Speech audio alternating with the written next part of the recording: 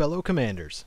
This is Katogenesis. This may come as a surprise, but I have been a huge XCOM fan ever since UFO Defense, so it is my pleasure to bring you a guide for the newest XCOM installment, Enemy Within. Discovering your first canister of meld on the battlefield opens up the possibility of genetically or cybernetically altering your soldiers for that extra edge, with superhuman abilities to complement whatever role they play in combat. Soldiers can switch these out at any time via the genetics lab, unlike mech abilities which are permanent when chosen. Starting with the legs, we have muscle fiber density. This gives your soldiers superhuman leg strength, and is unlocked by the Thin Man autopsy.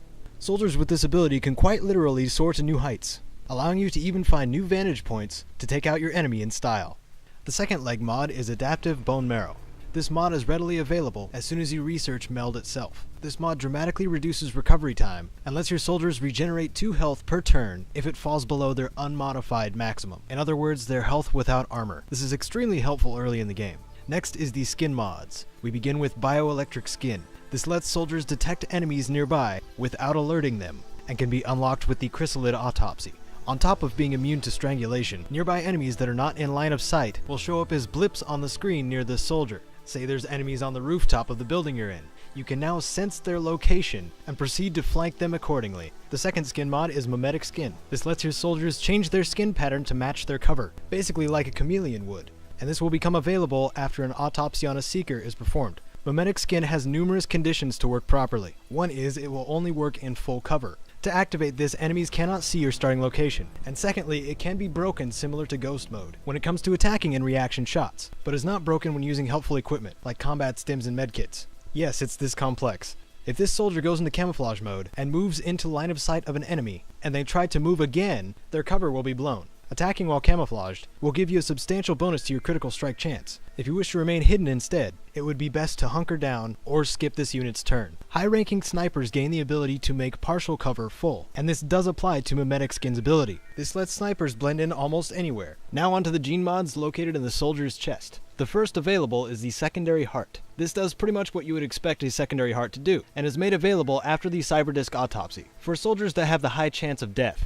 instead of dying immediately when they are gunned down, they default to a 5-turn stabilized timer, instead of 3 turns. They will also suffer 0 loss of will. The second gene mod for the chest is Adrenal Neurosympathy, that states when this soldier kills something, nearby squad mates receive an offensive benefit, similar to a Muton's Blood Call, and naturally unlocked by the Muton autopsy. Say you're playing Shotgun Assault with this soldier. He ends a floater at point blank and creates a cool little shockwave of pheromones apparently, signifying all nearby units receive bonuses to aim, crit chance, and movement, nearby being about 10 to 15 tiles away. Next 2 gene mods are for the eyes. Both of these mods come unlocked automatically, after researching meld of course. First is Hyperreactive Pupils. This causes your soldier to compensate much quicker after they miss, and you'll know when it's active when you see an overlay of an eye darting back and forth. Great for soldiers suffering in the aim department.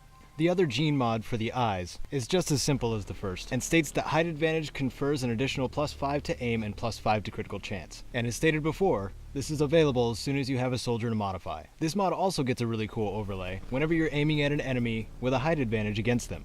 The last 2 gene mods are for the brain. The first one being Neural Damping, which gives your soldier a 20 will bonus when defending against psi attacks, as well as immunity to panic. This mod is opened up after a Berserker autopsy. The main selling point for this gene mod is not just the bonuses mentioned, but how it affects soldiers that are mind controlled. It will block any mind control attempt and stun that soldier for a turn instead. Great for those with a low will to begin with. The second mod for the brain, and last in this guide, is Neural Feedback. Similar to the Secondary Heart, does exactly what it sounds like. It causes damage to psi attackers and can be utilized after an autopsy on a sectoid commander.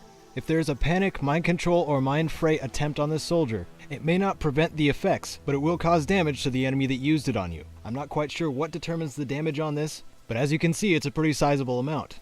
Definitely a high risk, high reward ability, and there's your reference to all of the gene mods. And now the choice is yours. Will you have a heavy soldier that just won't die and has the ability to camouflage? Or a support unit that leaps to the rooftops to provide covering fire and smoke grenades? I'd love to hear your discoveries in the comments section. Thanks for watching, and humanity's survival depends on you. Good luck, Commanders.